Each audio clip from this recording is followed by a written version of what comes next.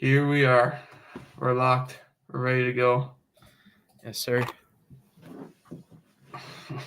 Let's wait. We already got one on YouTube. Is that you? Yeah. No. Wow, not that's on YouTube. fast. Oh, here we go. We're loading up here fast. Okay. This is going a lot better than I thought.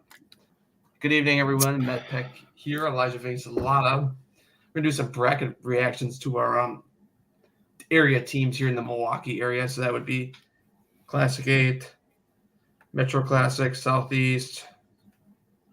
Greater Metro would maybe touch on a few of those teams. We didn't add them early on because we didn't know how much we would get to the North Shore. That's what I meant to say. We didn't know how much we would get to the North Shore at the beginning when we switched networks mid-January. We didn't know how much we were going to get to that side of town, but we'll touch on some North Shore teams, even though I don't have them here in the banner. Some of them, I think we might get a North Shore game in later this week potentially. But other than that, right now, you guys can comment as well. We will see your comments on the screen. I say for right now, we wait like a minute or two. Get a little bit more people in. We got 7 in.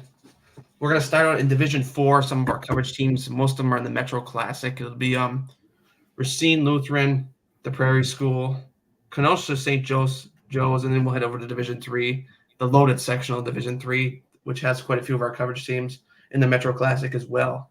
And then once we get in Division 2, Division 1, that's when we get in our Southeast, our Woodlands, our you name it, everything in the Milwaukee area.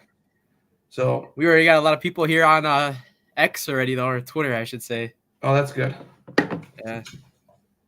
I'm actually shocked to see 2 people are here on my YouTube because I only have 52 subscribers.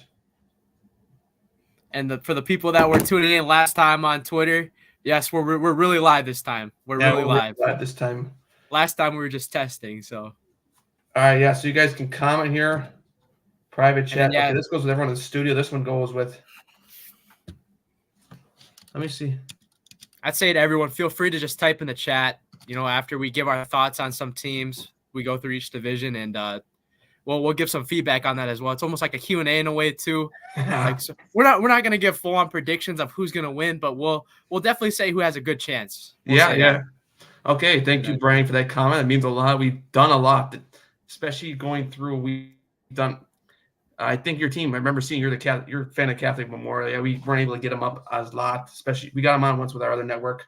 We're just trying to get around to every different high school. So early on here, so it's next year. Wait till next year. We're gonna have so much going on next year, especially during the football season. And we still got baseball to do this spring as well too. So it's gonna be a fun ride here. Anyways, I think we're gonna get started here. So first team we are gonna talk about here. Let me just get my computer set up here. They're coming in as let me scroll down here. Okay, number 3 seed is going to be Division 4, Section 4B, Division 4, 3 seed Kenosha St. Joe's.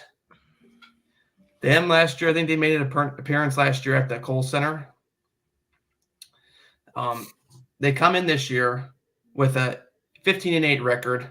They haven't had the best year that they wanted to have this year. Let's just say some teams like Dominican and St. Thomas More took them down a little bit this year. Even we're seeing St. Catherine's beat them in a game this year. 6 games St. Joe's lost in the conference this year. So the over the top, let's just say St. Thomas More dominated the conference. We're going to talk about them a little bit. Them, Dominican, and St. Cat's, who had a little bit better improvement into the second half of the season as well.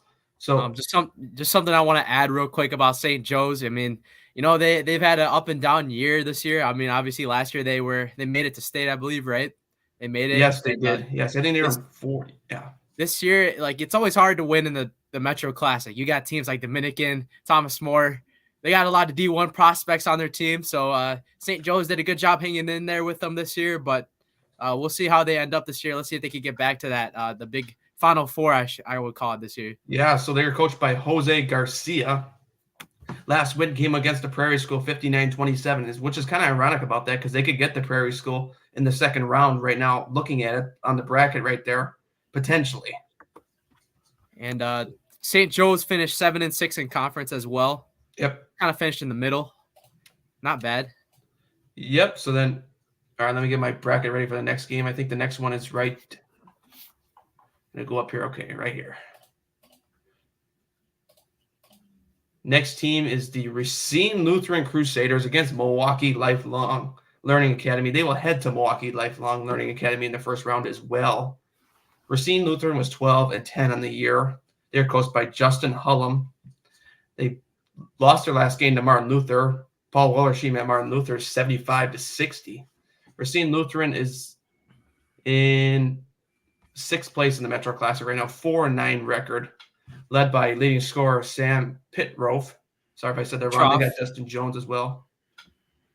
I think it's Petrov. Petrov, yeah. Yeah. Might have gotten that one wrong that time. So Racine Lutheran kind of hanging on the thread there in the Metro Classic. They'll get a road game to start off as a 5-4 game. I think they got a chance to upset there for sure. They're one of those teams that come back and forth. They average 64.5 points per game. So they're one of those teams that come in through the groove, come out all different times of the year, that's for sure. I will say real quick about Racine Lutheran. I was just looking through on With Sports their schedule. Didn't really have any eye-appealing wins, but they got a big dub against the Salam School earlier this year, one of the big teams in one of the lower divisions. But then other than obviously no team's really going to beat guys like Dominican or St. Thomas More in the Metro Classic this year. Yeah, that's for sure. Wait, why is this? Hang on, I just got to change the setting here. Something setting came through. This post is private. It's not the way I wanted to go. Okay, hang on, ladies and gentlemen. Okay, I changed it. Because, some of my Facebook friends with their family supporters, they might be like, hey, I want to watch that. Yeah, I was trying to see what it looks like on Facebook. It hasn't came up. Yeah, and then it was private on Facebook. I couldn't even get it. All right, where's the next team we want to do? Okay, they're kind of to the right here. Oh, well, they're right in the same section anyways. Okay. Want to go get them up here on my computer just so I don't look foolish when I talk about each team here. All right. Next game is going to be the number 11 seed Williams Bay at number 6, the Prairie School. Another Metro Classic team we were covering in the Division 4. Prairie School is coached by Jason Atanasoff, also the athletic director over at the Prairie School. They're 11-12 on the year, but they have some good players on that team. I think they got a really good future ahead of them on that team.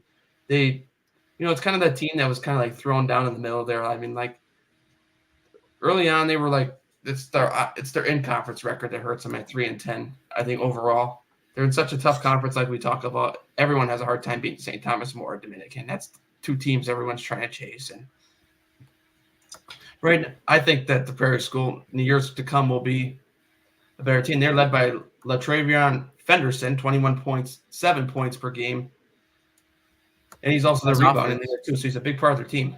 Yep, go ahead. You got 2 offers from UW Milwaukee and Wisconsin as well, and they're both it's just offers right now, not scholarship yet. But he has time to earn a scholarship. I mean, he's only a junior right now, so like you said earlier, the Prairie School has a bright future ahead of him. We saw him at the Rick Majerus WBY shootout when we started with Zaleski Sports, and they look pretty good.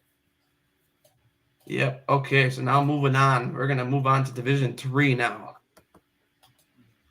So we're going to talk about Division 3, Sectional 4A, the number 1 seed coming in, the Dominican Knights.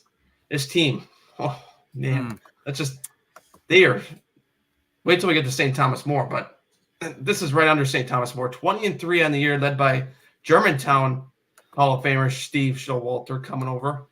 They're 11-2 in conference, but they're led by a bunch of guys. Aaron Womack, 22 points per game. They're all right around there. Jaden Martin, 18.7 points per game. And the thing is, they average 97.3 points a game. That is easily the most in the state, Dominican Knights. I mean, they scored 114 yesterday against Madison West. I mean, looking at their schedule right now, at least 10 of their games have been in the hundreds. But that's something like teams down here now, you don't even see that a lot down here even. Yeah. But they know how to put on a show down there. I mean, right now, the scheme is from what I heard from what Jason said with Steve Showalter was, the scheme is we're going to score as many points as we can to the point where they can't catch up. Yeah. I like that, but we'll talk more about that in a minute. Yeah. So Dominican Knights, I mean, they will either get University School Milwaukee or Fuller Collegiate Academy. So Dominican Knights will play their first playoff game on Friday, March 1st. So next, we're going to head to our next game here. I got to switch conferences here real quick. Because we're finally out of the Metro Classic for now. We'll be right back there in Okay, I'm just going to do it this easier way. We'll be right back there within a minute or two. We're going to switch gears over to the Classic 8. And you guys are telling Division 3 Classic 8. Yes, there's a team in Division 3 in the Classic 8. Yep. All right. So next is going to be the Division 3, number 12, Catholic Memorial will be taking on number 5, Oostburg. Catholic Memorial, 10-13 on the season, led by first-year head coach Kyle Johnson, coming over from Oak Creek last year. They in a tough conference, 6-9. I mean, they were, I think, second place last year in the conference, if I'm not wrong. They were right there with Arrowhead towards the end, I think. Yeah. It's something to talk about a little bit with Catholic Memorial to start off. Obviously, this is the first year with Kyle Johnson. He's trying to get those guys in Catholic Memorial who have been in the system with their old coach. I don't remember the old coach's name, but like they were doing really great last year. And this year is a good transition. They got, I think his name is John Gerks, the lacrosse commit. He's good for them. And maybe they could pull off an upset here. And they get to play in the play-in round. I think that's what's day is it again? Like Tuesday, February 27th.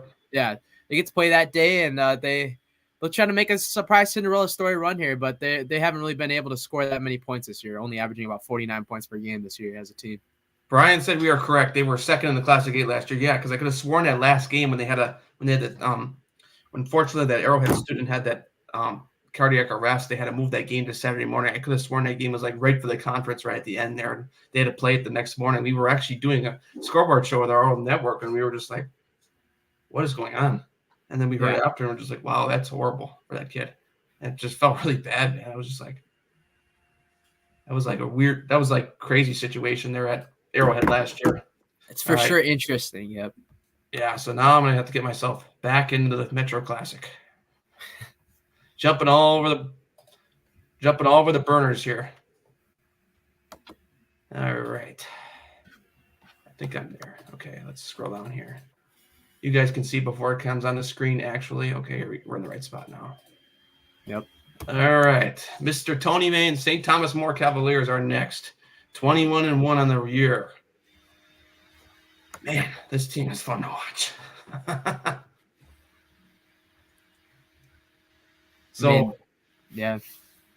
St. Thomas More last game 89-61 over Shoreland Lutheran. Shoreland Lutheran, I think we have them coming up next in a few minutes here too as well. St. Thomas More led by Amari McCatre and Suko Kone. Kone, yep. 23.7, 23.4, basically right on the brim with each other. There. Suko right onto the rim every time. I mean, we saw him I saw him twice against Dominican. I mean, there's still a little bit of a gap there between St. Thomas More and Dominican. They're likely going to meet each other again in that sectional final, but St. Thomas More has had the best of them twice now. And last time they put over 100 points up on the night, so it's going to be an interesting one when they meet at Brown Deer on March 8th, I think it is. And I know you mentioned Suko and Amari now, but they don't just have those guys on the team right now. They got the sharpshooters and Kyle Olivo, Evan Olson. Yep. This team's dangerous on all cylinders. I mean, you got Siku looking like a guy that could participate in Indianapolis this weekend in that slam dunk contest. And McCautry, he's just the playmaker. And then you got Kyle Olivo and Evan Olson who look like like Steph Curry sometimes out there. And then they got good defensive plans too. I mean, obviously we talked about them against Dominican a couple times.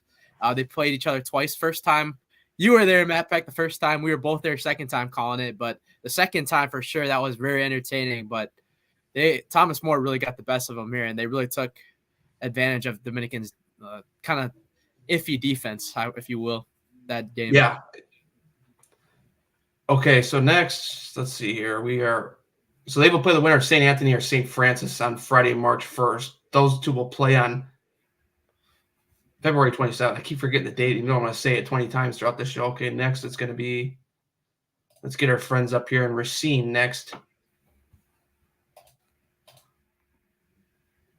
Okay, right here. All right, next. In the D3 Section 4B, number 3 seed, the Racine St. Catherine's Angels. I'll tell you, this team obviously took a step back from last year, but they lost a lot of players. I mean, I remember walking out of their sectional semi game against St. Thomas More last year at Greenfield, and even the kids knew, this year was kind of going to be a little bit lower year, but this team has come back from where they started. I mean, they made themselves look better. They only lost to Dominican by 7 points, and held Dominican to season low 67 points. So this team is definitely playing better basketball. Yep. Yeah, I also looked in December when they played Thomas More. They played them at St. Cat's, and St. Cat's only lost that game by 1. They're a team to not mess with here. And if you scroll up a little bit in the bracket, a little bit back up to where St. Thomas More is right here. Right here. If they end up meeting each other in the regional final, I'm just saying this now, I wouldn't count them out yet. If they got Lamont Hamilton, so I mean he's a rising star for him, and I think he'll be even more on the upcoming name to watch out for in the future in the upcoming years. Yeah, so they will play either the winner of Mesmer, and then Milwaukee North. So that will be on March 1st as well. St. Cat's, coached by Ryan Thompson, 12-11 on the season, beat Two Rivers yesterday, 69-31. St. Cat's third place in the Metro Class. That just shows they're coming back. They're 7-6 in such a tough conference. We talked about Dominican and St. Thomas More before. All right. All right, let's scroll down here to our friends in Summers. Or right around there. Okay, yeah, number 7. All right, so next is number 7, Shoreland Lutheran. It has not been a great year for them, unfortunately. Sitting at 9-13 on the season, which is actually not bad for their overall record, but in the Metro Classic, 1-13 on the year, coached by Paul Strutz. But let's just say this, though, that is a really tough conference to play, and there's always going to be a team like that way on the bottom that just can't get it going. And that's Shoreland Lutheran this year. They got it going out of conference, though. They have 8 out of conference wins, so, but they are led by Brandon Van D. Water. What a name. 21.4 points per game. He's also their leading rebound leader as well. And if you look at who's Shoreland Lutheran would have to play second round. Right below it. We're about to get to that point soon. Yeah, it's going to be a scary run for them if they can really get through. I will be shocked if they're able to get through MAS too. And if they're able to get through MAS, I'm going to almost put them to have a chance against Thomas More at that. Yeah, if the impossible happens. Yes, if you get through MAS, man, if you're St. Thomas More, I start getting worried because, I mean, that's just although their out of conference record actually is not that bad. It's just their in conference record that hurts them. But remember, St. Thomas More is in conference. And we're going to talk about that with a few D1 teams we know who have the worst in the out of conference. Who could be facing some concerns coming in. All right. Time to move up a division. Who is the best team in Wisconsin? You're going to see them here. Oh, your screen switches with me. Okay. What? Oh, yeah, my screen switched. I didn't realize you guys could see me switch the screen. Okay. Oh. All right. I thought you were talking about me. I was like. Okay. D2 Sectional 4A, number 1 seed Wisconsin Lutheran Vikings. The undisputed best team in the state. Oh, gosh. No, without a doubt. I mean, DePure's good, but 5-star Con Knuppel, Duke commit. That just says it all right there. Head coach Ryan Walls. Haven't lost a game.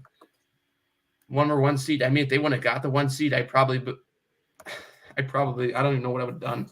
I would have been calling the WIAA office if they would have got the 1 seed. 23-0.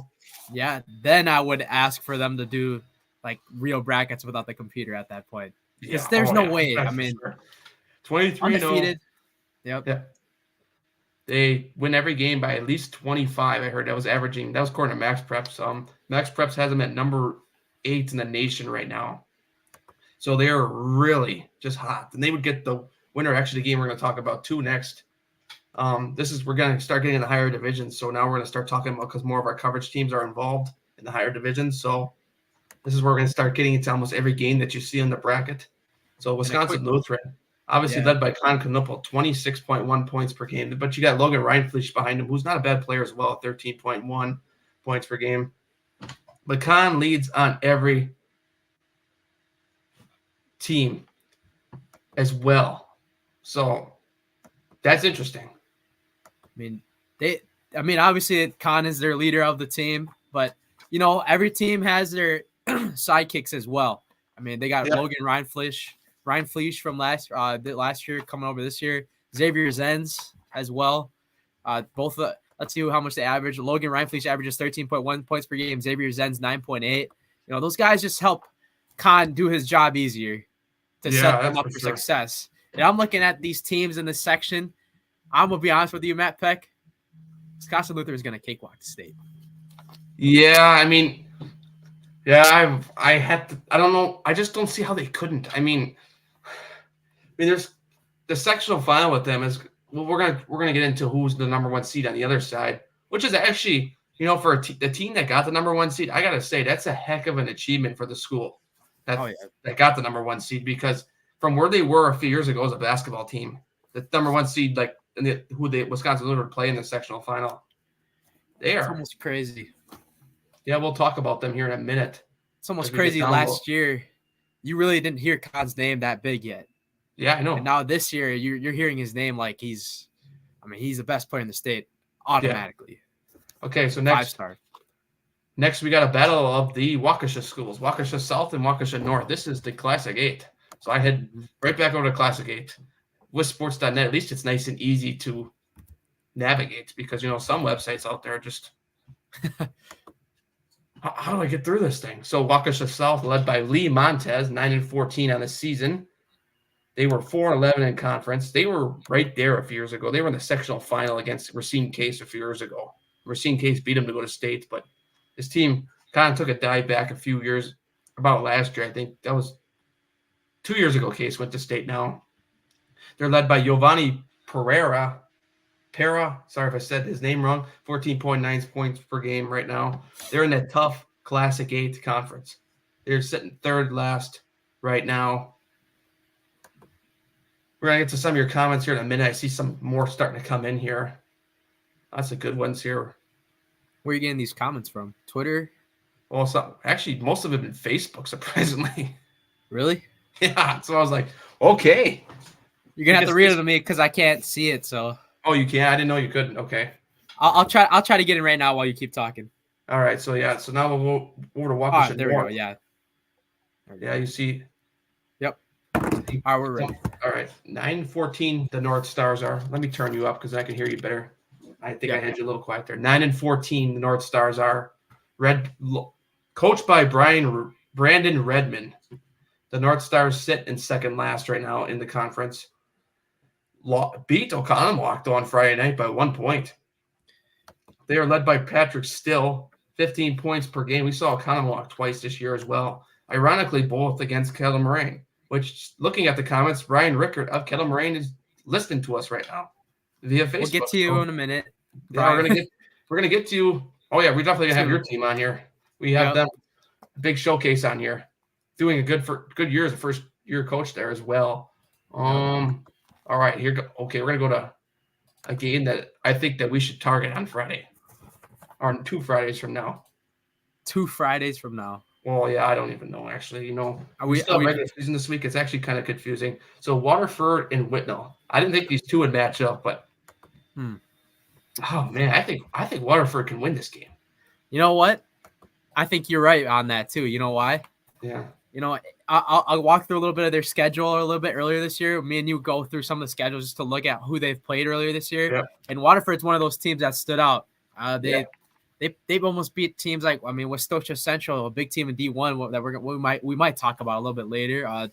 They also came close with other big closest D1 teams as well, but they just know how to play with the good teams, and Whitnall is one of them.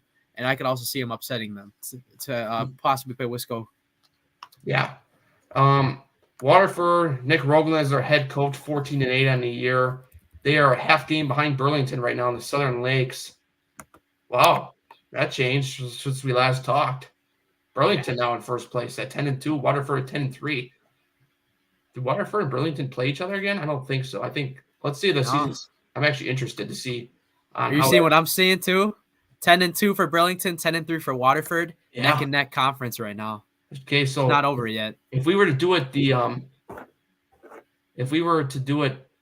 like NFL tiebreaker wise, Burlington would get the win no matter what, because Burlington beat Waterford twice this year. Looking at their schedule. Yeah. All right. Now we're going to head over to our other friends who they're playing. Woodland East champions, Whitnall Falcons. Travis Reesup, the head coach there. We saw him in the Division II state championship game against Milwaukee last year. And they won their conference by 3 games. They had the Woodland crossover on Wednesday. So Jack Lutz, their leading scorer, 24.3 points per game. Miles Hero, the second leading scorer, 14.1 points per game. Tyler Hero's brother. I'm sure a lot of you know that, but just thought I would throw that out there for some of you. So his other brother, what's his name? I'm sorry. Austin Hero. Austin. Oh my gosh, I can't believe I forgot that. Austin Hero. Now it's South Carolina. Yep. We talk about all these kids. Some of them I just can't remember their name at times. And yeah. Go ahead. Something that's really interesting about Whitnall is, they're not. I think this year, coach of Whitnall, Travis Reesup. Yeah, I think it's Travis Reesup. He got to coach all 3 of the Hero boys. Yeah. I mean, this is the last one right now, but I bet he was expecting Miles to be on top this year, leading them. But it's the other junior, Jack Lutz, 24 points per game. They've been doing a great job this year, winning the Woodland. Which one are they in? There's like 2 Woodlands. The East. The East.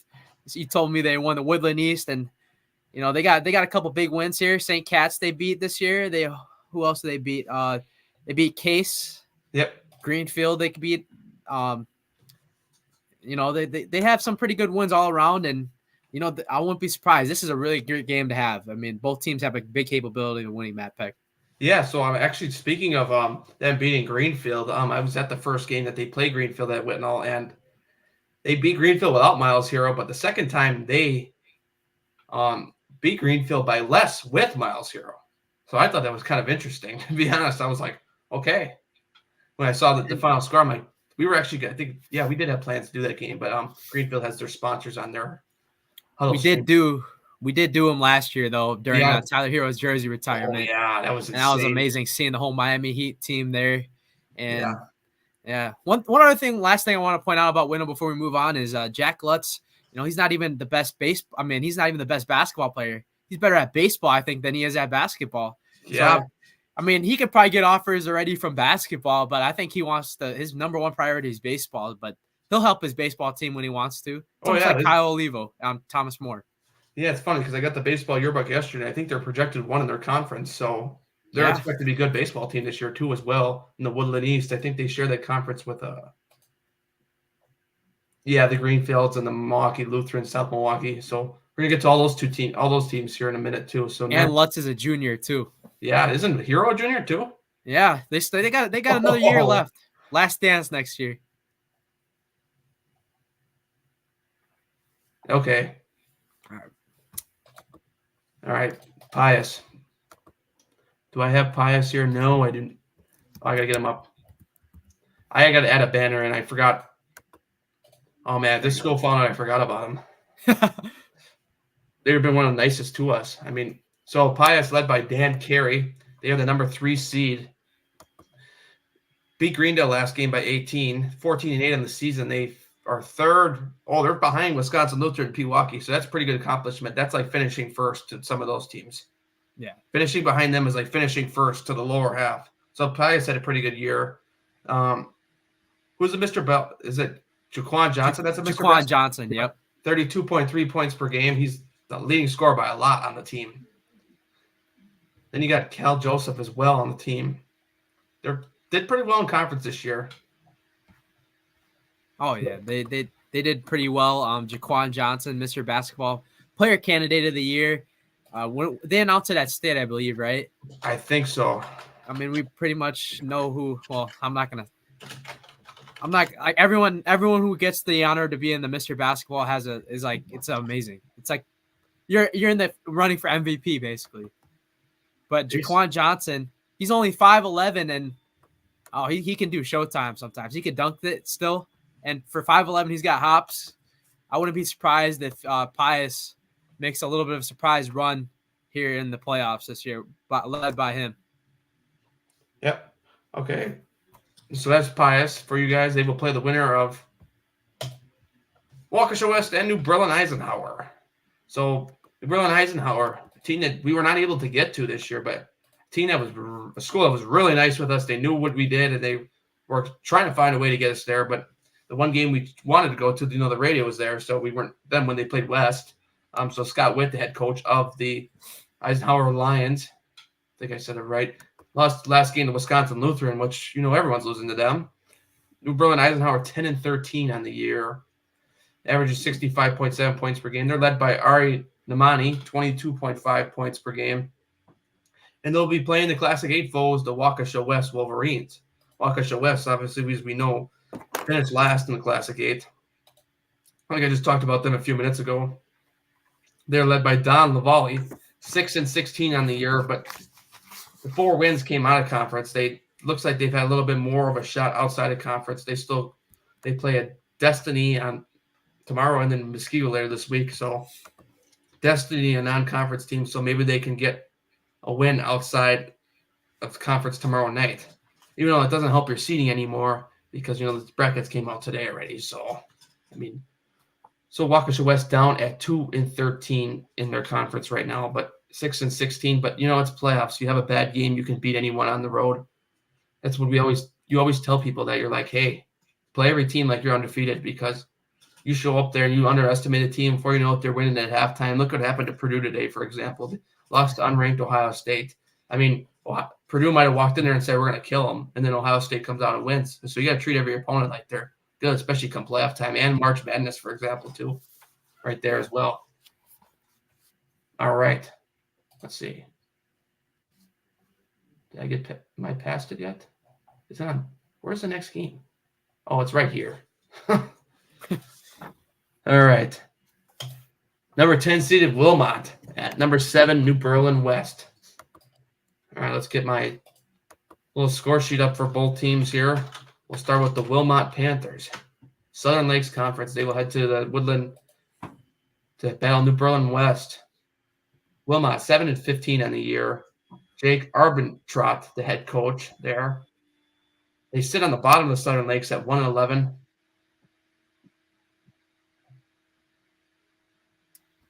Christian Arslinger, 15.5 points per game, the leading scorer there for the Wilmot Panthers. They will, like I said, travel. They played in a good Southern Lakes Conference. You got to play. Remember, you had to battle Burlington throughout the year. You had to battle Waterford throughout the year. You had to battle West Scotia Central throughout the year. So, like I said with every conference, though, you're supposed to – there's always going to be that one team that's like way on the bottom. And, it doesn't seem like it stays that way repetitive years like we saw in the Southeast Classic 8. Waukesha West, I don't think they were way on the bottom last year. So, all right.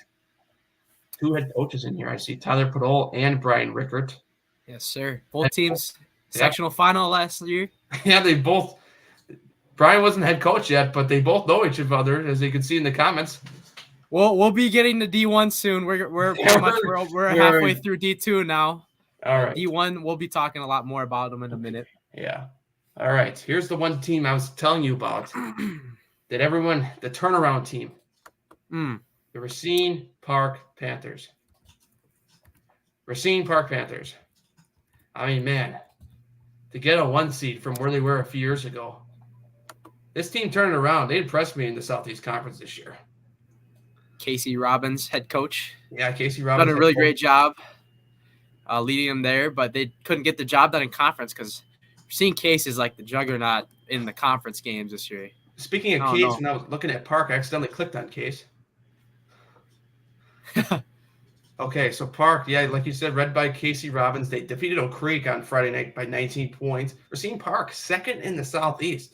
Racine Case just playing the good games in the Southeast this year. They lost to Franklin the first game, and they won 12 straight after that. So that light bulb went off, and Jacob burst his head. And he says, we're going to win out. We'll get more to them once we get to D1, but going back to Racine Park, they got 4 scorers that are in double figures that average points per game. Isaiah Robinson, Willie Williams, Jackson Moss, and Trey Lynch, just giving them a shout-out here. All 4 of those guys have contributed to Coach Casey Robbins' team in Park. And Racine Park, I'm looking at the bracket sheet right now. If they can get out of their what is it called, region first? Yeah. they would have to, if they want to go to state, they have to play Wisconsin Lutheran, which is, it's going to be hard for them. But, anything is possible still. I'll say that.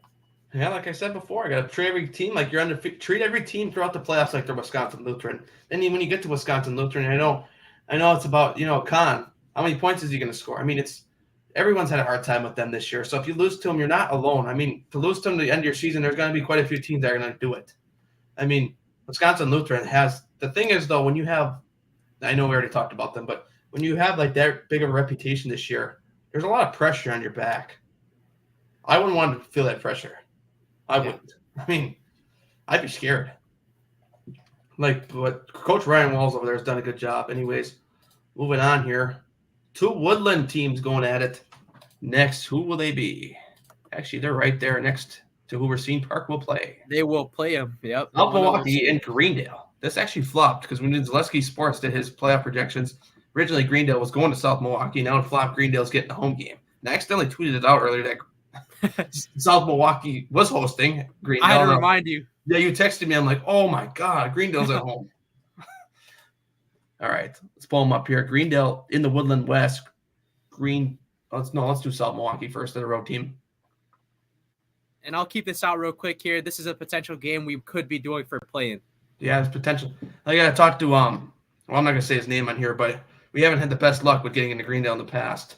Yeah. But if you want to split the playoff fees with, we'll see. I mean, with the radio wasn't the best because they want to stick to the huge stream, but it's different. Lance Marevke leads the South Milwaukee Rockets 9-12 on the year. They sit 4th right behind Greenfield in the Woodland East right now. As they will play, they play St. Thomas More tomorrow night, South Milwaukee. Those nice close game right there, led by Logan Lane, 18.1 points per game. Isaiah Brown coming in second, 12.0 points per game, exactly 12. So South Milwaukee, one of those teams, they got some big wins during the year. Beat Oak Creek non-conference. I think they beat Pius. Not 100% sure. They might not have. Maybe I'm thinking of someone else. All right, now we're going to move on to Ryan Johnson's Greendale Panthers. 8-14 on the year, 1-11 in the Woodland West. I think that's mainly what hurt them throughout the year, is just the Woodland West not being able to win. Although, like I always tell you this, Elijah, I always say it cannot be easy for a team like Greendale, having to play Wisconsin, Lutheran, and Milwaukee a total of 4 times a year. I mean, yeah, as a coach, that would be hard. To be in that conference is just hard itself, and I'm looking at, I think there's some turning points here. If Greendale were to lose, they should stay on the bright side here. Their leading scorer, Devin Asaj, who's a guard junior, 6'6", averages 25 points per game for him, and he's only a junior. So, Ryan Johnson will get him back next year, and hopefully they'll finish with a winning record next year and get a better seed going into the playoffs next year. Yeah, let's just say from what I heard about him, he's going to be something to watch next year, Devin. So it's going to be interesting to see what he can pull off next year. Yep. Okay. Moving on. Getting pretty close to D1. Yeah, we're getting pretty close here. Let me move back up here. Remember, these are our coverage teams. No, it's probably on this. Yep, I missed it once again. Okay. Our friends, Cudahy and Martin Luther. Actually, there's another Metro Classic team. We weren't officially done with the Metro Classic, but I think they're the last team we will have. So Martin Luther, led by Paul Wollersheim, won a state championship there a few years ago, and won one with Dominican about 10 years ago. 9-13. Right now in the season, they didn't start off the best. Their first game of the year, I think they went 4 overtimes with Mukwonago. That was just insane. Yeah, I was just like, I think Mike McKibben was at the game. He kept tweeting, "We're heading to the 3rd, 4th overtime." I'm like, are you kidding? I'm like, I'm not in shape. I'd probably been on the floor dying if I had to play 3 or 4 overtimes. There's a reason why I sit in the top of the. There's a reason why I sit in the top of the bleachers at broadcast, not run around the court anymore. Right around the middle there, Greendale Martin Luther is pretty much right in the middle there. That Metro Classic 7-7 on the year, 9-13. Beat Racine Lutheran by 15 points. They got to play Kenosha Tremper tomorrow night. Martin Luther in non-conference, and they got to play Lake Country Lutheran on probably Thursday because all any boys games are really on Friday with the girls coming up. Girls playoffs start this week. Yes, sir. All right, so I got to get Cudahy up here. I almost forgot to talk about them real quick. Wi-Fi is slow here. Cole Reindl is the head coach of Cudahy. They are 1-22 on the year. 1-11 in conference. This goes ahead to one of the things that, this is one of those teams that, this like, the kids are there. They're really trying. And this is one of those teams like where you want to focus on your season improvements. Like it's about how you're improving throughout the season. Just like there's a few teams in Division I want to talk about too with that as well. Like in a situation when you got a record like that, you just got to focus on how much better your team is. Kind of like try to get your kids' hopes up and like try to play for like your personal victories. Like the kid gets a milestone, like celebrate something like that. Like, you're not on the best teams. I played on a lot of bad teams in my life, and I played baseball back then. And that was just like same with me. Yeah, so it's just like, I know how it feels for most of those kids. You just got to play for a personal victory. And, Cudahy's only win was a forfeit over Shorewood. So, but, things will get better there. You keep playing together as a team. Things will get better. And Anthony Brooks is their leading scorer, 8.8 points per game for the Cudahy Packers. Okay, we're going to move on now. Greenfield next, I believe. Yes, Greenfield is next. All right, I'll start off. I got them up. Okay, good. Go ahead, Ryan. 16-7, the Greenfield Warhawks come in, coached by Ryan DePau. Yeah, I'm sure. Yeah, they've been really great this year. Last year they became pretty close to going to state as well. How far did they make it last year? I think they lost to Pewaukee, which Pewaukee was unbeatable. Oh yeah. So they did pretty good. Like I said, that was a team last year that I was just like, everyone was doubting them. And I just said to myself, they're going to be good. They beat Whitnall by 20 points in front of Tyler Hero on the road last year. So, I was like, this team is something. And they really are. They're competing right in that conference. They only fell down by 4 games. They played Whitnall. And yes, Tyler, good that you mentioned that. He was former Tyler's assistant at Franklin. I remember done an amazing job. Yeah, he was at Franklin. That's right. You guys did that combined team practice and dinner. I think I remember seeing it at the beginning of the year with Greenfield. Yeah, Greenfield though they're gonna put up a fight, and if they can get out of that first round, you best believe I think they have a good chance against Park as well. But all these teams are gonna have to go through Wisconsin Lutheran again, like I said, so it's almost like a long shot to get to state. But everything's possible. I'll keep putting that on the table. Yeah, you got to feel for some of these teams though, because it's like, they know Wisconsin Lutheran's ahead of them. They do. And me sitting there, that wouldn't make me feel good, but like, you just got to play your game when you play against them because, it's so tough sometimes as teams just to say, oh yeah, we're not going to win because, Wisconsin Lutheran's in our section. We just don't have a chance to beat. We're not going to win. We're not going to go to state because Wisconsin Lutheran's there blocking us. You got to show up and play every game. You just can't let a team like that who's 23-0 and scary. Yeah, it's scary. They got a 5-star on their team. I'd be intimidated too, because we've seen them play twice in person. We had them on Zaleski Sports at Concordia, and then we saw them down at the Border Battle last week when me and you went down there. And Khan is legit. I'll tell you that. People that he's legit. He was so legit that he scored 40 points against a team that had a 39-game winning streak in the period and stopped it. Yeah, you're right. I forgot about that. That's just that legit. All right, let's move over to the other side here. We're actually not D1 yet. We have, I think, a few more. Almost there. Almost. Yeah, we have a few teams on this. I think we only have one team on this side or 2. Yeah. Yeah, 2. Yeah, we have 3. Okay, what's this? All right. So D1, D2 sectional 3A. Number 1 seed Pewaukee Pirates. All right, let me pull them up here. They're in the Woodland. With that they got to play Wisconsin Lutheran twice. We tried to get in the game the second time to do it, and they have their own stream there. So they said no. Pewaukee lost at the Pier last night. We were keeping eyes on that while we were doing Sun Prairie West Marquette. We'll talk about Marquette in a little while as well. 18-4 in the year. A little bit down. They lost Milan Momcilovic, but I'm telling you, man, that kid is something else in college right now. Yeah. From what I've seen in the stat book. But I will tell you what, before Yep. we get into it, they got a good replacement for him. Nick Janowski, the Nebraska commit. He scored a lot of points here. I think he put up against Homestead. He put up like 45, I believe, right? Mm-hmm. He was cooking. Yeah. Okay. Then Luka Momcilovic's brother, Milan's brother, 11.3. So it's kind of a 20-point drop off between him and Nick. But that team is not something to mess around with either. Like I said, they've lost 4 games, 2 of them to Wisco Lutheran, 1 to an Illinois team, and the 1 to De Pere. So, I mean, they really haven't lost anyone outside of that either. And that one team in Illinois, I think, was pretty good. When I looked them up, I think they were close to being nationally ranked. And we all know De Pere is De Pere's back in the Max Preps 25-25, and Wisconsin Lutheran's at number 8 in the nation right now. So, I do think that Pewaukee has a good chance to go to state too this year again. Yeah. And how about this? If they win state, if they find a way to win state this year, and they would probably have to go through Wisco Lutheran at state, but if they find a way to win it again, oh my goodness, gotta give it up. That would be Coach. All right. I think Yeah.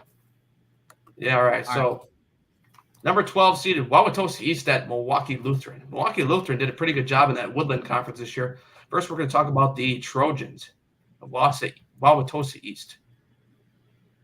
All right. Sorry, I almost forgot what conference they were in first. So they're like the only team we have in the Greater Metro Division 2. Greater Metro, yeah.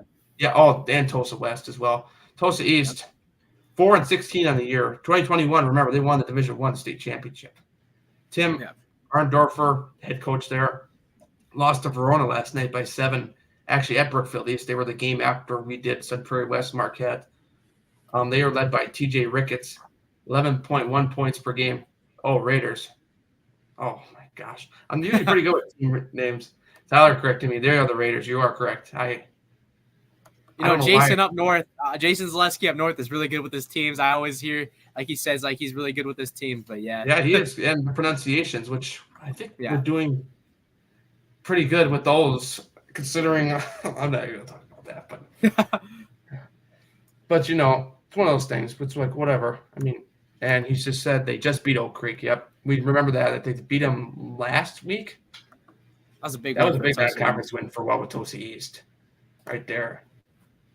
And okay, so now the Tosa West next? No, we got to talk about Milwaukee Lutheran first. Oh, yeah. I feel like I already forgot a team below. All right. Oh, they're in the Woodland. Yeah, that's the team I was talking about. They just finished, Greenfield finished right behind. Milwaukee Lutheran, they were expected to be good this year. They are 15-7. Marcus Johnson, the head coach. Marcus Jackson. I get Marcus Johnson, the Bucks broadcaster. I don't know why I was thinking about that, but I was thinking that in my head. Yeah, they beat Greenfield the other night, 77-74. They finished second behind Whitnall in the Woodland East. So they were legit this year. Whitnall, 12-0. They never lost once in the Woodland East. Forgot to mention that earlier. They're led by Isaiah Allen on the team. Milwaukee Lutheran, Wauwatosa East, they would play DeForest, the winner of that. Not one of our coverage teams. They are out by Medicine Moore. So, yeah, that's that matchup right there. Yep, you're right. So, next would be the Tosa West. They're the wait. I got them. You want me to start them? Yeah, go ahead. All right, so the Tosa West Trojans getting the 3 seed here in this region in Division 2, coming in at 16-7 here. Got a big win last against Brookfield Central, 74-70. They got Sussex Hamilton left on their schedule. Finished third in the Greater Metro with 11-4, coached by Chris Neubauer. I forgot his name when we did him, but boy, when we did them against Sussex Hamilton. Let's talk about this one player right here. 2 players, I should say. Let's start off with Jake Hansen first. He was lighting up the threes like it was nothing, and he spotted up everywhere. And he's their big sharpshooter. He'll help them try to get that big run here, get through teams like Pewaukee and all that, get there by spreading the floor, shooting the ball. And then let's talk about Kai Rogers a little bit. He's had a triple-double when we were there, 14 points, 12 rebounds, and 10 blocks. You don't see that often where a player gets a triple-double blocks. But man, that was an amazing game to call. And I think that those 2 players are the center of Tosa West right now, and both are juniors as well. I didn't even pull up Tulsa West here, but they play the winner of Watertoon and Baraboo, kind of like Medicine team, Baraboo, Dells area. So Wauwatosa West looking, I don't think we have any more teams in here. No, we do not. Elkhorn will be our team for baseball. We'll be in the Southern Lakes for baseball.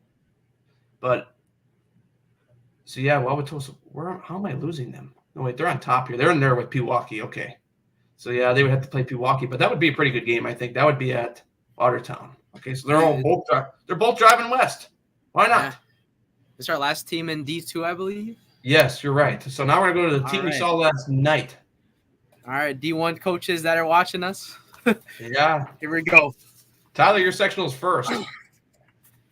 So, Marquette Hilltoppers, Division 1. Man, oh, my goodness. We've seen them twice.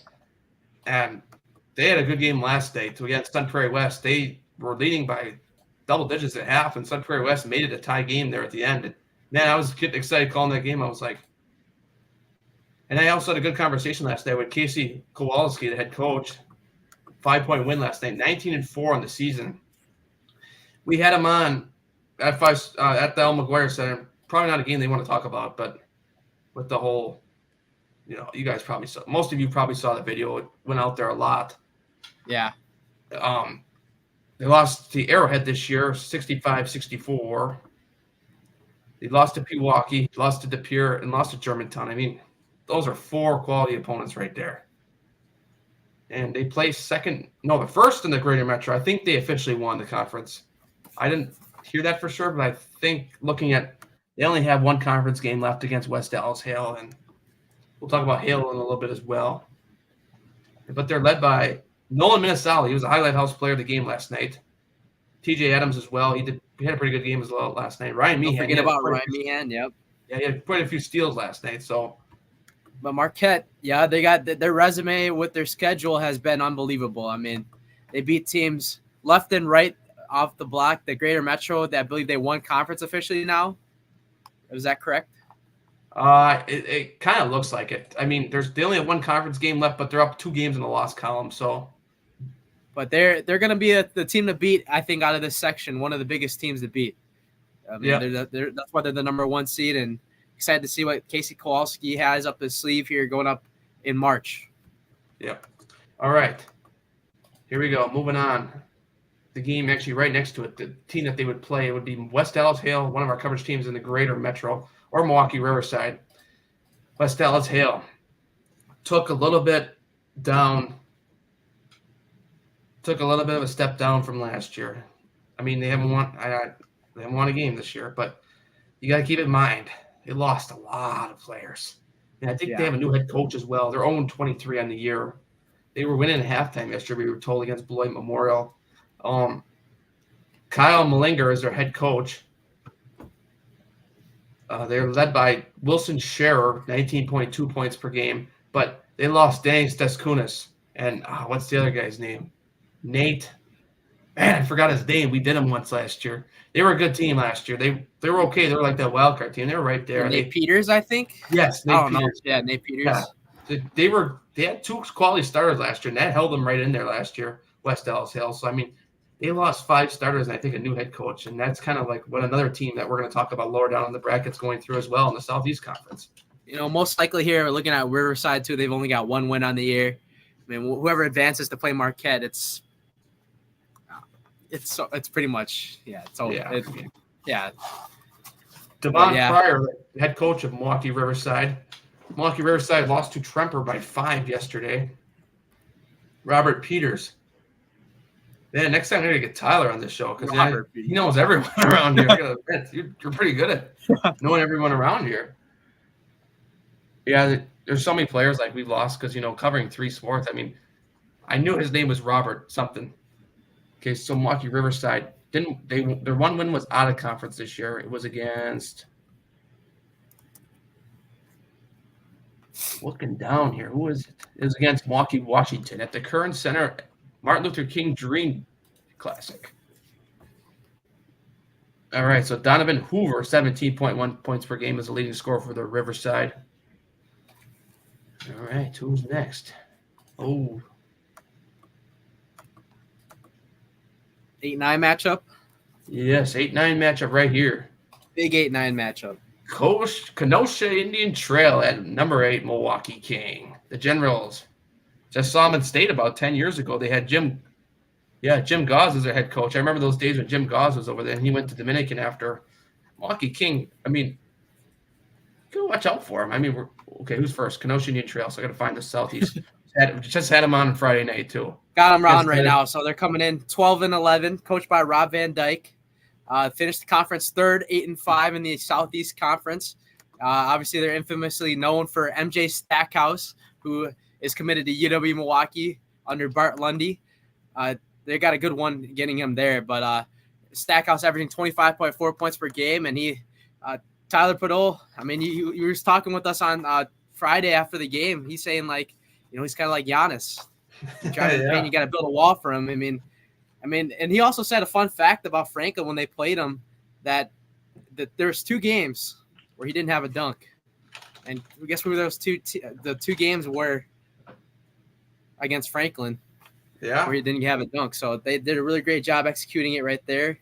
But Indian Trail has a chance to beat this King team, though, I believe. Yep. So Milwaukee King next, 10-10 on the season. Doug Lewis, the head coach there. 10-10 ain't bad. They lost to Milwaukee Hamilton, we're going to talk about them a little bit. They're really good as well. They're in the same sectional here, so they probably could play each other again. Milwaukee King finished 5-7 in their conference.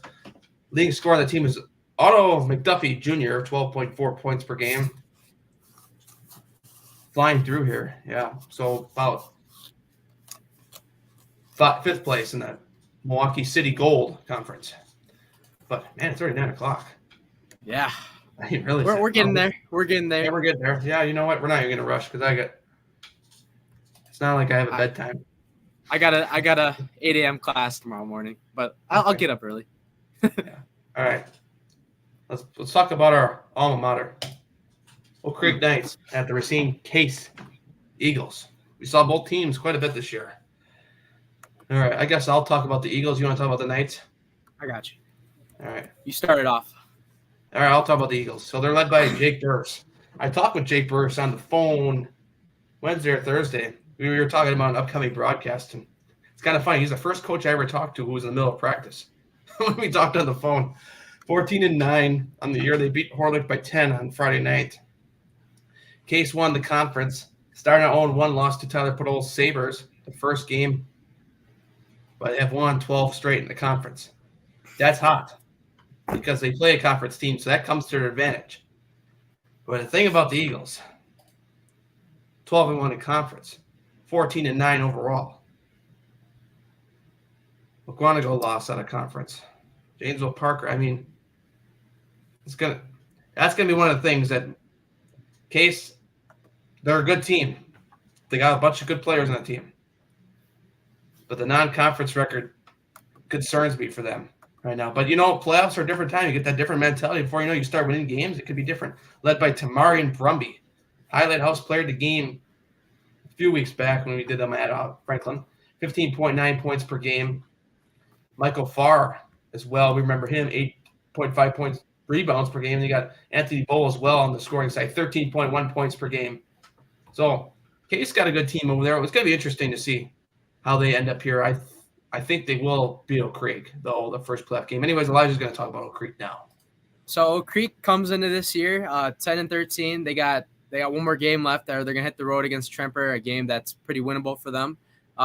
They're under first-year head coach Eric Hollow, who has done a pretty good job filling in so far for Kyle Johnson this year. They come into this one, some key wins for them here. They swept Franklin for the first time since 2016, but both games, like the second game, that was a really good close game, overtime game, really fun game to watch. But what was really interesting that game was when Noah Daniels, he was trying to go up for the win at the end. He missed it. I think one of Franklin's guys got the rebound, and then I think he tried to foul.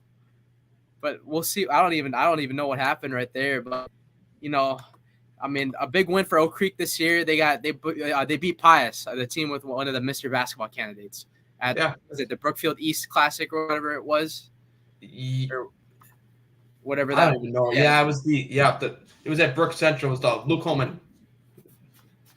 Yeah. So Oak Creek, they got good guys. They only had Drew Brown for about 7 games this year.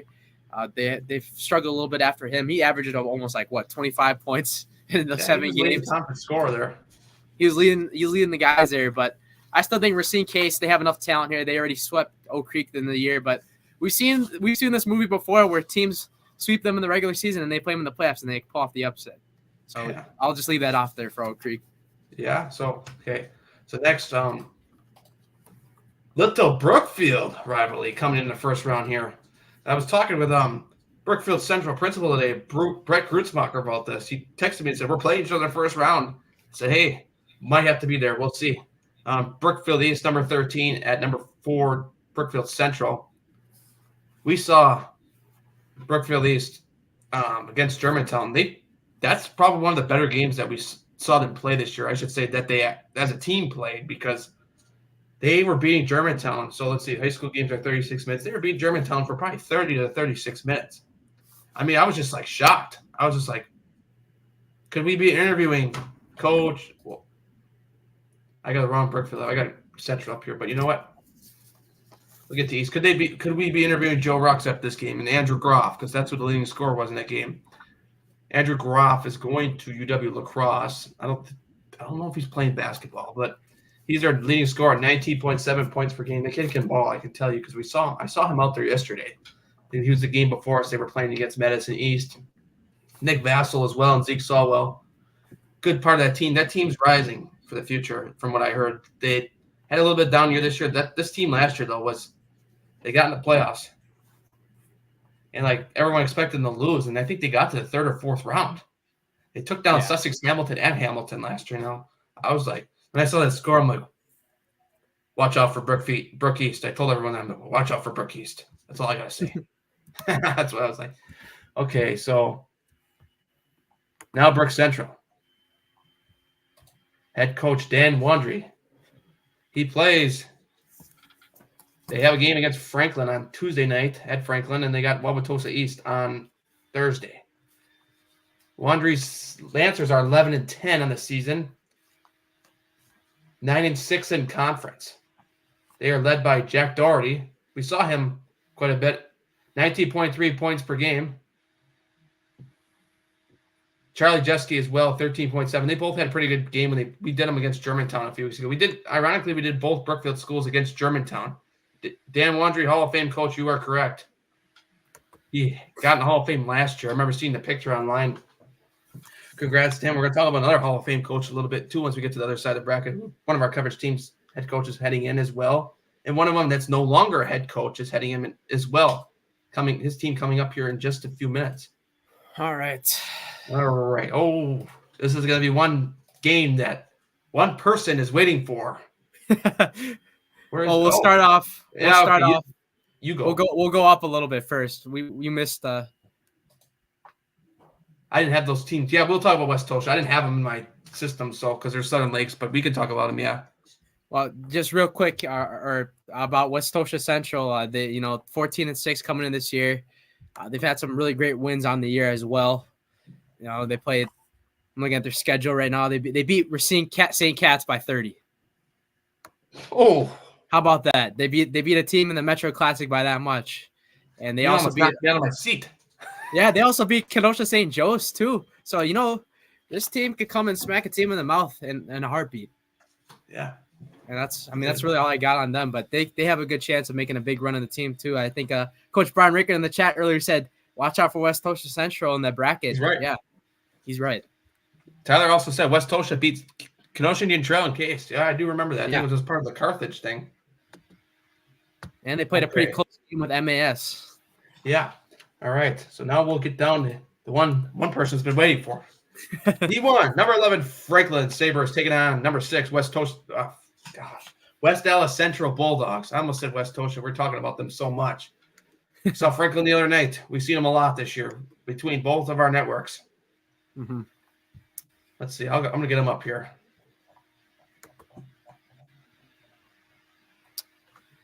Yeah, I think I saw from Tyler's Twitter earlier today. The Franklin's 9-4, I believe, on the road this year, and they're trying to be the road warriors here in the postseason. And I think they could do that. Remember last year, they had a big run last year, all the way to the sectional final game, all the way to potentially go to state. Don't be surprised that this team, if they start winning games even more, and it'll be a real test this week when they play Brookfield Central and Bradford at the end of the week. They can beat those two teams. I think they could win a couple games in the playoffs. Yeah, I mean, Brookfield Central, that's Tuesday night. I don't live far away from Franklin, but maybe I'll have to buckle my seatbelt and get down there because we don't have a broadcast scheduled till Thursday. So buckle my seatbelt, get down there, and sit in the audience for that game. I think I have a busy week though. We'll see. I mean, I could try to get out and see some teams, especially the Lancers as well, because I think we're gonna have them on the playoffs. Brandon Tilley leading the 18.1 points per game for the Sabres. Eli Podol 10.6 points per game. Son of Tyler.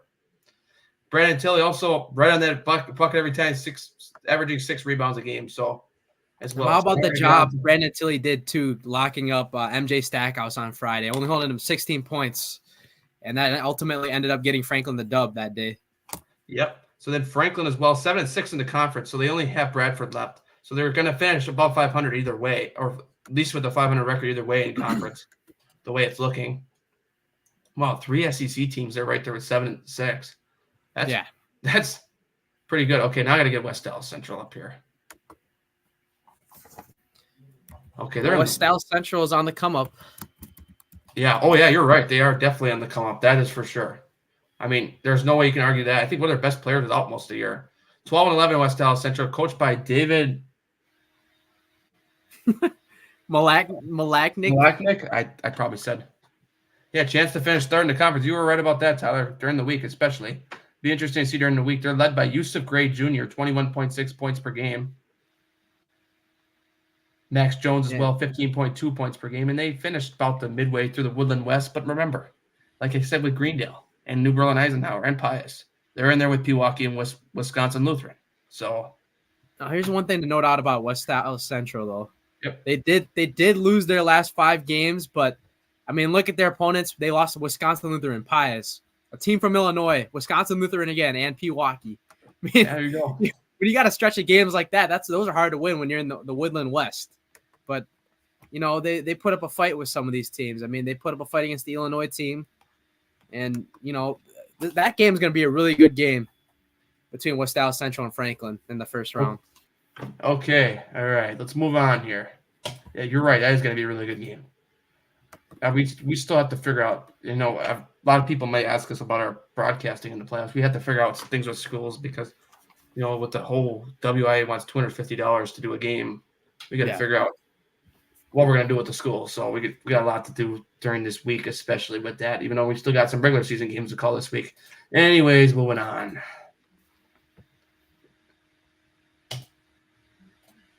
Oh, a little too far there. Fellowship Bradford Red Devils play Milwaukee Pulaski, Carmen Southeast. All right, let's talk about the Bradford Red Devils first. We talked to one of their scouts yesterday. Greg Leach, the head coach there, 12-10.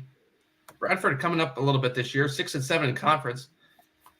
They will play Union Grove at home tomorrow night, and they will play at Franklin on Thursday. Andy Sauer, their leading scorer, at 17.1 points per game. Mikey White, right there, is 9.5 points per game as well. Fellowship Bradford, they're in full. Let's see. What? They are in 6th, but they have so Kenosha Tremper behind them as well. Pulaski controversial seed. Yeah. As well. Let's get the Pulaski up as well. And a thing to note about some notable wins for Bradford is they were able to sweep Indian Trail this year. Oh, that's big. And one of the wins was or both wins were nail biters, but they have been amazing this year. Yeah, that's big, beating Trail twice. Didn't they have like a big winning streak too at one point this year? Yeah, they did. They were up 8 games, and then Oak Creek, I think, ended it. Yeah, Andy Sauer is a bucket. Yes, and he's a junior too. He's got one more year left in him. Ooh, baby. SEC conference has got to watch out for him next year. He'll be ready to play. All right, Kamani Miller is the head coach of the Milwaukee Pulaski Rams. I'm not sure if they're called the Rams. I know the school name's the Rams, but they have a bunch of co-ops with them, so I'm not sure if they keep it the same. 8-4 on the season, 12-10. regular. They are led by Isaiah Conley, 26.1 points per game. That's quite a bit. Tell me about it. A lot of family members of mine went to Pulaski. It's right over there on 27th in Oklahoma. So, it's a noticeable. It's like one of the 5 MPS schools I actually know how to get there without using a GPS. Milwaukee Pulaski is one of them. They're right over there by Leon's. Always, Yep. Gotta love Leon's. Okay. All right, that completes that one. So now we're gonna find ourselves. Okay, here.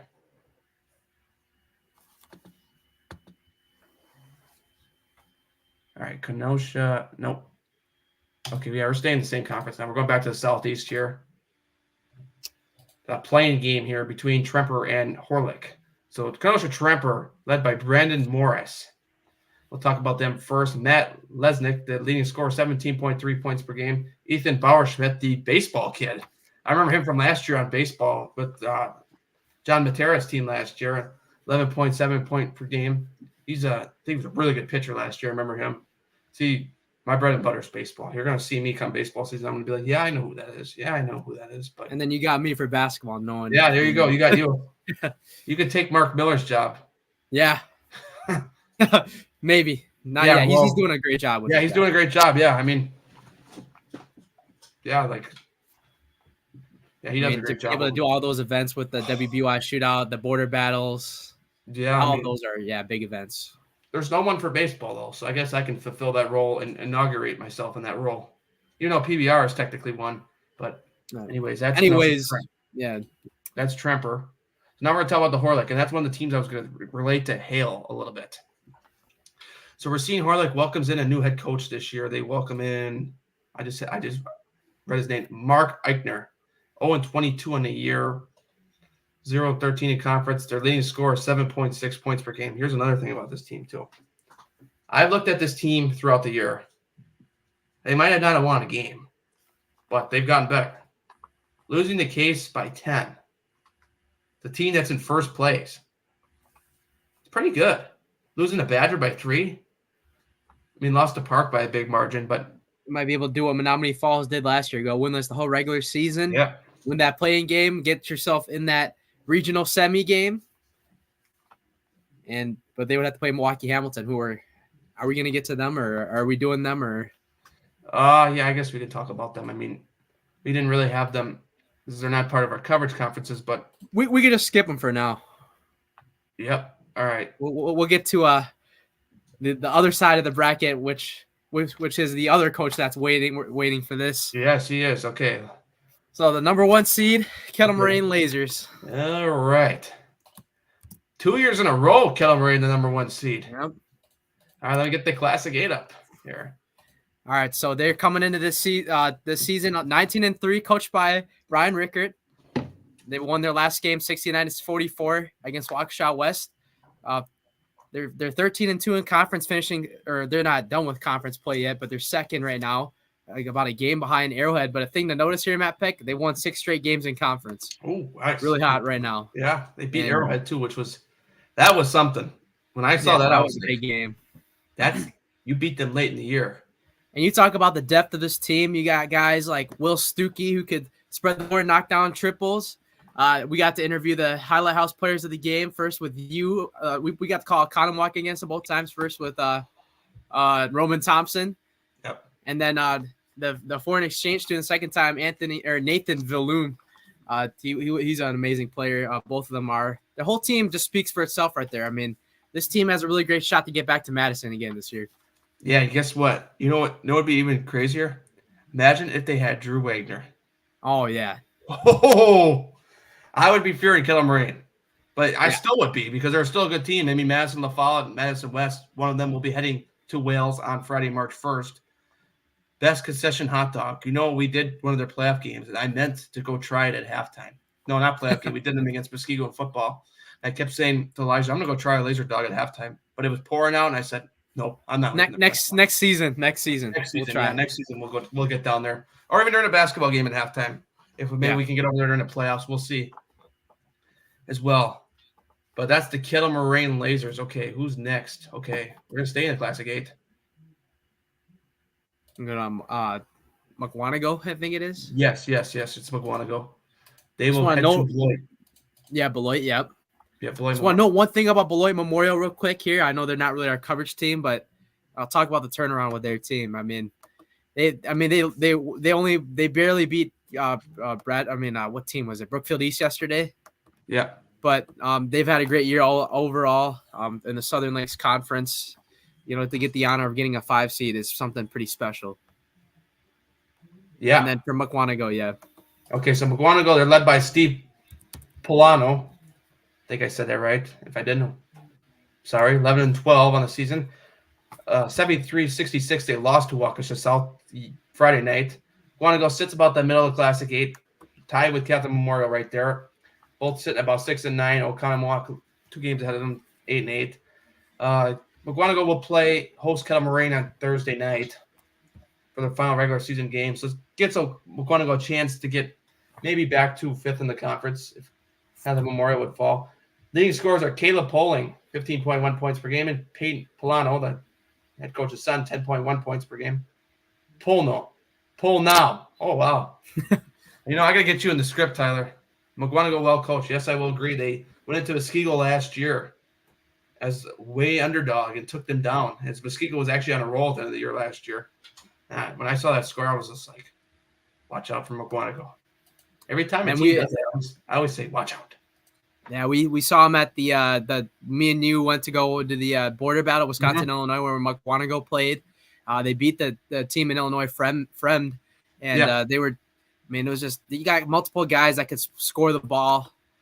They're just a really great team overall, and they could possibly upset some teams here. Oh yeah, I forgot. Yeah, we forgot to mention that they also beat Franklin. They beat Racine Case as well. That's actually another big win too. But yeah. Let's see. Yeah, McGuanago beat Franklin. They had some big non-conference wins. Let's be honest there. So yeah, you're talking about Beloit Memorial. Yeah, Brian Rickard's right. I forgot to mention that. I did hear about this. All juniors. Yeah, they don't have any. Yeah, they don't have no seniors. So I guess they're a team to watch for in the Classic 8 next year. Yeah, so that means guess what? They don't get no senior night. Nope, not this year. Yeah, unless next year it's probably going to be. Next year it's probably going to be an hour-long senior night to make up for this year. Back to the Classic 8 we go to see our friends that we saw earlier in the year a lot. We weren't able to get them on as much later in the year, but Muskego Warriors. I got Muskego up here, 18-5, coached by Cam Cerrone. Beat Oconomowoc their last game. Wow, they haven't played a game since Tuesday. 45-38. Sit about 3. They sit 2 games behind Arrowhead. Kettle Moraine right between both of them. Muskego, we were going to do them versus Arrowhead because I thought, what if Muskego pulls it off? Muskego beat KM. True.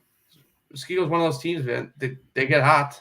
Hard to Only beat. 5 losses too, Matt. Yeah. That's a good accomplishment for Cam Cerrone and his team. And, they defeated Racine Park earlier this year as well. Another 1 seed. They've done a really great job in that Classic 8 this year here, keeping pace here. Both Krause brothers start for them. I believe Henry Westfall as well, a big name on their team. Yeah. Okay, so I got to run on low battery here. I forgot to move down. All right, that's pretty much it for this one, right? So Muskego and McGuanago, all they could potentially meet again in the playoffs, like last year. And we might see Kettle Moraine versus Muskego too at the end. Ooh, baby. yeah, Tyler. Yeah. Yeah, you're right. Muskego, yeah. All right, where are we gonna go now? We're gonna get some. I see somebody's in here from Madison, so we saw some Prairie West yesterday, and they look pretty good. Let's talk about Chris Davis real quick, man. Holy, top 3 scorer in the nation. Unbelievable player. Ryan. Is that his name? Ryan Dennis, is it the interim coach? Oh man, I just had it. I forgot his first name. I think it's Isaiah. Is it Isaiah? I forgot, but the scorebook's in the basement from yesterday. All our equipment's downstairs. But yeah, Coach Dennis has done a really great job taking over as interim head coach. Last night they played a hell of a game against Marquette, and Chris Davis Jr. 40 points per game is something you don't see a lot in the WIAA, and he's a junior. So looking at their games in here, they expect them to be hot in the playoffs. Yeah. All right. So our next game, technically, we're going to move down as the. I'd probably move. Yep, this is all Madison teams, so it's definitely going to be up here. I'm in the wrong section line. Oh, yep. Yeah, they're in 2 now. Yep. Okay, where are they? Okay, right. I believe this is going to be our last section, right? Yep, last section. So it's going to be Isaac Dennis. Okay. Isaac Dennis, yep. Okay. What did I say? Ryan Dennis? Yeah, well, you know what? I can't believe I forgot his name because I talked to him for like 5 minutes yesterday. I was just sitting down there talking with him before the game, just talking about like he's a good young coach too, young leader. I got to give him credit for that. Yeah. Okay. So, Oconomowoc Raccoons and the Fond du Lac Cardinals. Okay, let me get the Oconomowoc team up here. Jay Benish, the head coach. Saw them twice against Rickards Lasers, 13-10 on the season, 8-8 in conference. Lost to Waukesha North by a point on Friday night. Lucas Hoffman, their head leading scorer, he was going to be our highlight house player of the game if they would have gotten a win. 17.5 points per game. Cashin Allen, I remember him as well, 12.3 points per game. Kind of like sitting like right there at 4th place, right behind Muskego there. They started off hot. Let's be honest. Oconomowoc started off really hot. I was like, watch out for them. And when we called Oconomowoc versus Kettle Moraine the second time, that game was really low scoring at the half. Both teams were going at it on defense, and I got to give both coaches credit on both sides. But that game ended up like 40-40, like it was like in the 40s with both teams, 45-42, I believe it was. But Oconomowoc's a sleeper team, I'll say it. But they're in the Classic 8. They got a lot of good teams that play in that conference. Yeah. Okay. So next, Fond du Lac Cardinals as well, led by Nick Ford, 10-12. They're in the Fox Valley Association, really good conference. You got Oshkosh North, remember, you got Kaukauna, you got Neenah, you got Appleton North, you got Kimberly. You got everyone.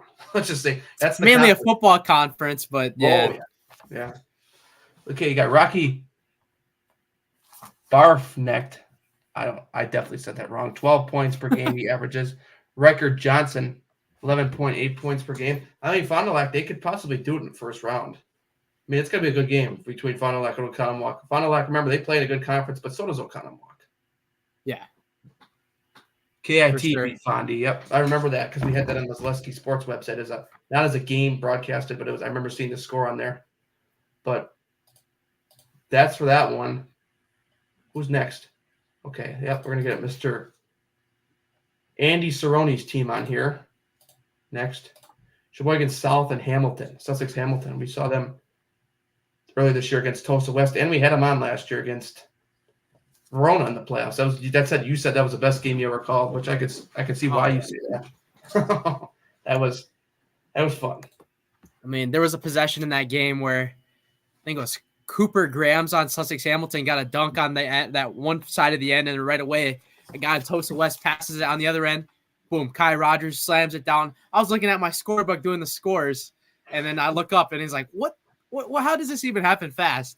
But, like, that's just, like, in a snap of fingers, that happens. But that was a really fun game. Yeah. So that's Hamilton. All right, let me get their stats up here. Where are they at? Right here.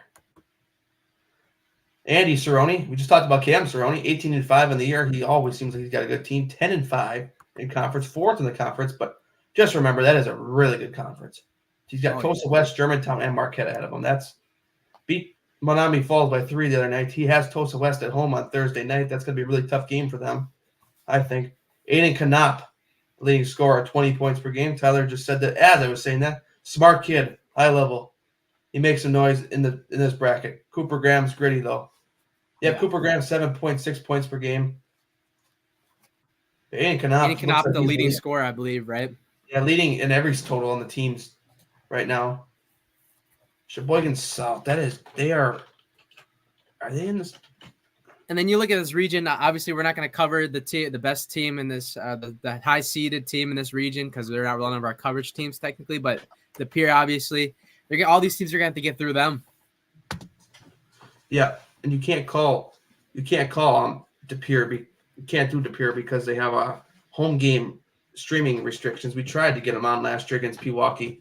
on the radio. And We even try to get them, against let's Milwaukee. just say I got an earful on the phone when they called me, so I'm never going to do that again. But Jesse Shaw, the head coach of the Sheboygan South, they come for the Fox River Classic conference with De Pere, Schwabenon, Sheboygan North, Bayport, Pulaski, Notre Dame, Preble, Green Bay Southwest. So the conference up there, 13.8 points per game. Matt Leonard, their leading scorer. Aiden Neuenhuis, 12.5 points per game. So Sheboygan South will head to Hamilton on March 1st. All right, keep us moving here as this computer is sitting at 7% with 21 minutes remaining. So, all right, let's keep it rolling. I got it. We only got 3 games left, so I think we'll make it. Yeah, all right. So Menominee Falls. Okay, you got them. I'll get Oshkosh North. Yeah, I'll get them. Hold on one sec. All right. I'll get Oshkosh North right now since I got them up. Brad Weber, the head coach, 17-5. Beat Vangsoulatda the other night by 14. They sit first place in the Fox Valley Association, that really good conference up north. Tyrese Halliburton's alum, who's playing on TV right now. Definitely have to get back. I'm hearing too, Matt Peck, right now that Dame Lillard is cooking right now in the All-Star game. That's all I gotta say. Well, after this, I'm gonna get out there and put that on probably. Rumor has it he's got 33 points right now. Man, I wish you do that more with the Bucks, man. Second half of the season when it matters. All right. Anyways, 25.2 points per game. Zay Mitchell, leading scorer there for Oshkosh North. Is that the kid that's committed to Marquette or got offers? Which guy? Zay Mitchell. Yeah. Okay. I remember Shaka Smart being there at the Concordia battle when we were there. Yeah, he was. All right, go on with Menominee Falls. They come into this as the 14th seed, 9-13 on the year, coached by Freddie Riley, also in the Greater Metro, going 4-11 on the year. It's a little bit of a bounce back year, if you will, with Menominee Falls. Didn't win a game all season last year, and I'm gonna look at their schedule right now. They didn't win a game all the way to the playoffs, where they won one game. It's tough to win games in the Greater Metro Conference. I mean, you beat a good team in Catholic Memorial to start the year, but then you got to play teams like Marquette, Brookfield. Brookfield Central East, Germantown, Wauwatosa West. You name it. I mean, all these teams are good in that conference, but Menominee Falls has done a good job to get some wins in the column this year, and I think looking at their roster this year, they got some really great guys on their team, and I'm seeing a lot of sophomores and juniors on the team right now for them. So Menominee Falls for the coming year should be good. Oh, yeah. Yeah. All right. So next, one team I was surprised was the 6th seed, but I can see why with the region. But we're going to see our friend over at Germantown, Kyle Figure. And the kid that we had on twice. For player of the game. Yeah, player of the game. Where are they? Okay, right here. Peyton Germantown McKenna. Warhawks. They are 16-7 on the season, coached by, like I said, Kyle Figure. 13-3, 1.5 games behind Marquette. They were 9-game winning streak to start the year in the conference. They lost to Janesville Craig yesterday at Brook Central. I didn't even know that. That's actually surprising. That might have hurt them in the seed draw today. Cahill Jones, the leading scorer now, actually. You know what's funny about them, though? Every time we do them, Peyton McKenna's the leading scorer. Yeah. But Cahill Jones is actually the league scorer by average. It's like he knows. It's just like he knows he wants the show. It's like he's on national TV pretty much. Zaleski Sports is here. I'm going to be the leading scorer today. It worked. I mean, all right. So I believe we're getting close. This is going to be our last team now, I believe, coming up. Yeah. Save. Okay, wait. Save a best team for last right here. Yeah, let me get Hartford on real quick. I'll get us started after with the last team. Okay. After. All right, Hartford 11-12 in the season. Chris Smith, their head coach. They're in the North Shore. Pretty good conference. You got Nicolay in there. You got Homestead in there. You got Slinger. You got Cedarburg, Nicolay, and Homestead. We might see Homestead and Nicolay on Thursday night. We're thinking about doing a game with my email tomorrow morning. Or else we'll be a good game. Or else we'll be at Indian Trail Case on Thursday night. Yeah, so we're gonna see how we wake up and feel tomorrow and which game we want to do. So, and then on Saturday, Milwaukee versus Wauwatosa Central. Yes. Yeah, we'll have them on. Okay, and so playoffs.